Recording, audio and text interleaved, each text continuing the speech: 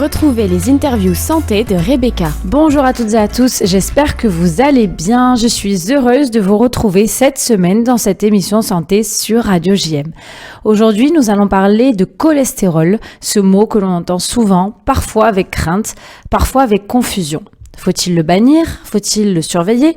Et surtout, de quoi parle-t-on réellement quand on distingue le bon cholestérol du mauvais?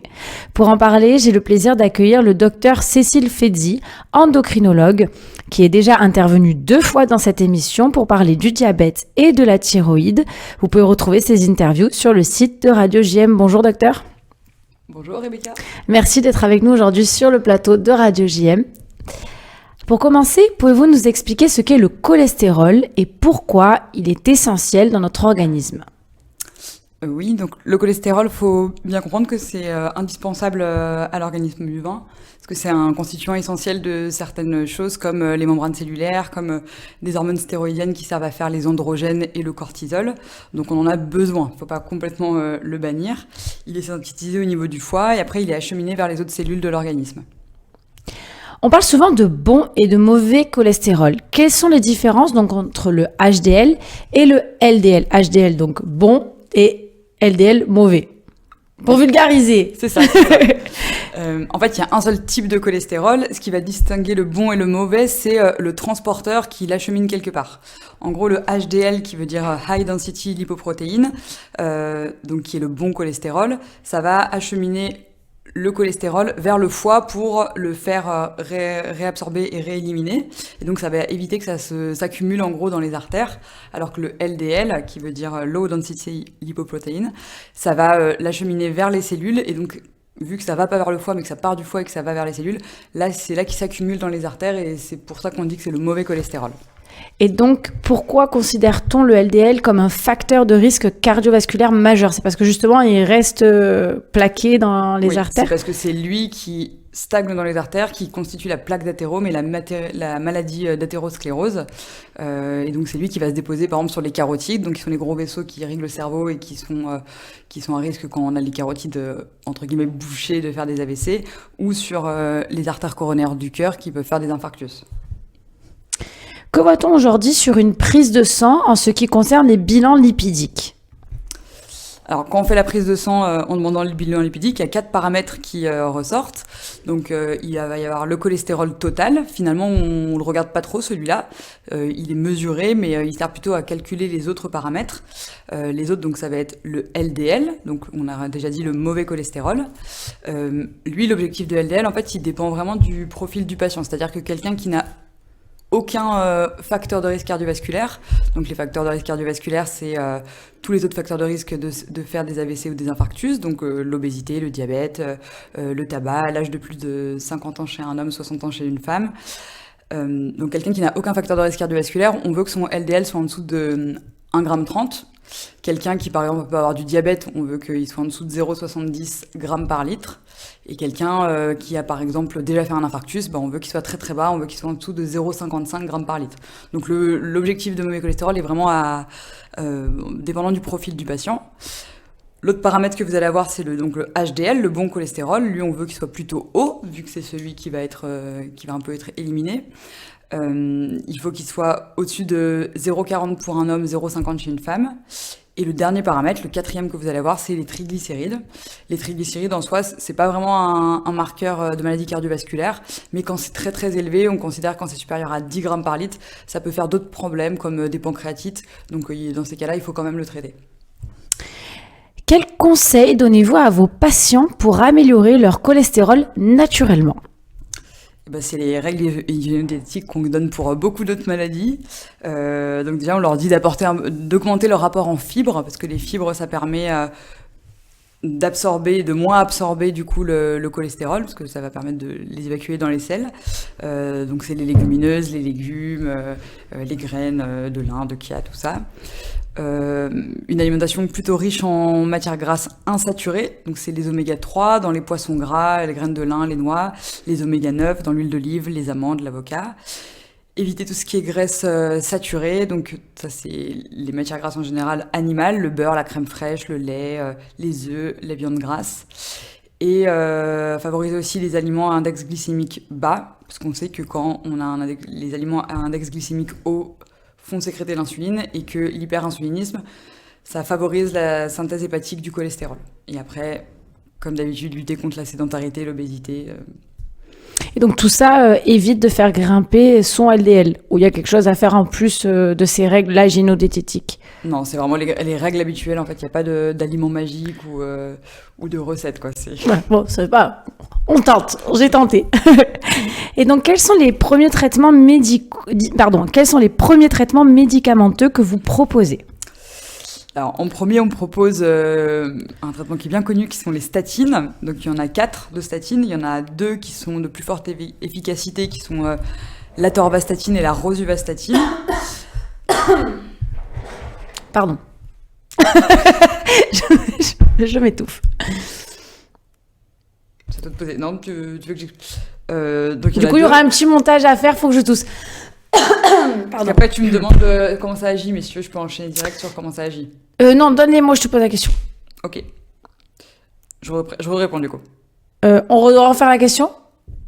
Ok. Alors, 3, 2, 1, go. Quels sont les premiers traitements médicamenteux que vous proposez ? Alors, le premier traitement, c'est un vieux médicament qui sont la classe des statines. Il y en a 4, dont 2 qui sont de plus forte intensité, à savoir l'atorvastatine et la rosuvastatine. Et comment ils fonctionnent ? Oui. En fait, ça fonctionne en inhibant une enzyme hépatique qui permet la production hépatique de cholestérol. Donc, on joue vraiment sur la production. Ça baisse beaucoup le LDL, ça baisse de 30 à 50% le taux de LDL.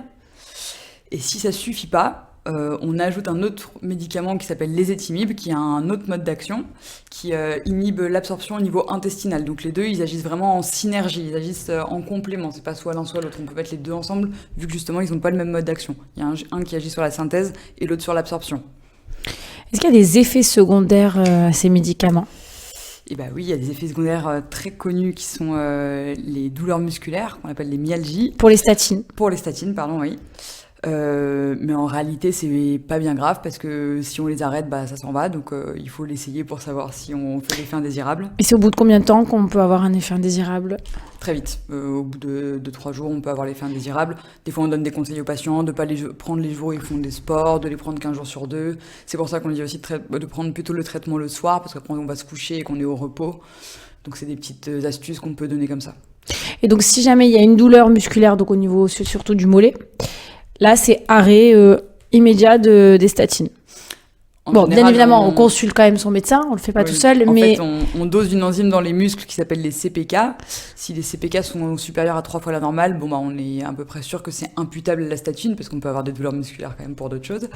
Et dans ce cas-là, on peut réessayer une autre statine. Ça veut pas dire que c'est une contre-indication à toutes les autres statines. D'accord. Et donc, si jamais les statines ne suffisent pas, donc on rajoute cette ézetimibe. Et si elles sont mal tolérées, donc on change de statine, ou est-ce qu'il existe un autre médicament que les statines ? Alors, c'est vrai qu'on n'a pas beaucoup de thérapeutiques encore pour le cholestérol. Donc en général, on considère qu'il faut avoir essayé 3 statines sur les 4 pour parler vraiment d'intolérance aux statines. Donc on a tendance toujours à en essayer une autre. Et ensuite, on a en effet une nouvelle classe thérapeutique qui s'appelle les anti-PCSK9, donc c'est un acronyme, mais qui existe que depuis 2007, qui sont des injections mensuelles ou bimensuelles et qui ont encore un autre mode d'action, c'est-à-dire qu'elles vont augmenter la captation hépatique du LDL cholestérol. Donc vu que c'est encore un autre mécanisme, on peut aussi l'ajouter aux 2 autres si on n'arrive pas à atteindre l'objectif. Mais c'est une classe médicamenteuse qui est assez récente, qui coûte très cher et qui est pour l'instant réservée que chez les patients qui ont fait un événement cardiovasculaire, c'est-à-dire qui ont déjà un stent au cœur parce qu'ils ont fait un infarctus ou qui ont déjà fait un AVC. Donc c'est pas pour tous les patients et c'est pas en prévention primaire. Ce qu'on appelle prévention primaire, c'est les gens qui ont du cholestérol mais qui n'ont jamais fait de complications cardiovasculaires de leur cholestérol. Peut-être qu'un jour, les recommandations, elles seront élargies, mais pour l'instant, en tout cas en France, c'est comme ça. Y a-t-il des formes génétiques d'hypercholestérolémie ? Peut-on en hériter sans le savoir ? Oui, mais ça, c'est un peu, entre guillemets, la nouveauté depuis, pareil, 2017-2018. C'est que, en fait, c'est très fréquent, les mutations génétiques qui créent du cholestérol. C'est un patient sur 250. Enfin, c'est un patient, une personne sur 250, donc pas forcément un patient qui a du cholestérol. C'est dans la population générale, une personne sur 250. En fait, on connaît 4 mutations génétiques liées à l'hypercholestérolémie. Donc, c'est-à-dire qu'on fabrique plus de cholestérol spontanément. On sait que ces patients-là, ça répond très mal aux règles hygiéno-diététiques parce qu'on le fabrique. Il y a 2 formes. Il y a la forme qu'on appelle hétérozygote et la forme qu'on appelle homozygote. La forme hétérozygote, parce que vous savez, sur les gènes, on a toujours 2 versions, 2 copies du gène, qu'on appelle des allèles. Donc si les 2 sont mutés, c'est ce qu'on appelle la forme homozygote, ça fait des formes très sévères avec des LDL cholestérol qui sont autour de 5-6 grammes. Alors que la forme hétérozygote, il y a une seule copie des 2 gènes qui est mutée, et là ça fait des formes un peu moins sévères, autour de 2-3 grammes.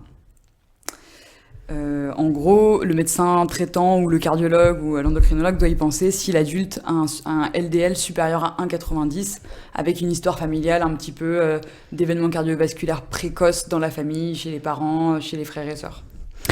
Et donc du coup, on fait des dépistages à partir de quel âge ? Enfin, si on sait qu'il y a des antécédents d'hypercholestérolémie. On peut dépister dès l'âge de 6 ans. Alors souvent, à 6 ans, c'est parce qu'on a un parent qui a du cholestérol et avec une mutation. Donc on sait qu'il faut la chercher parce que quand on a une mutation hétérozygote, on a une chance sur 2 de le transmettre à ses enfants.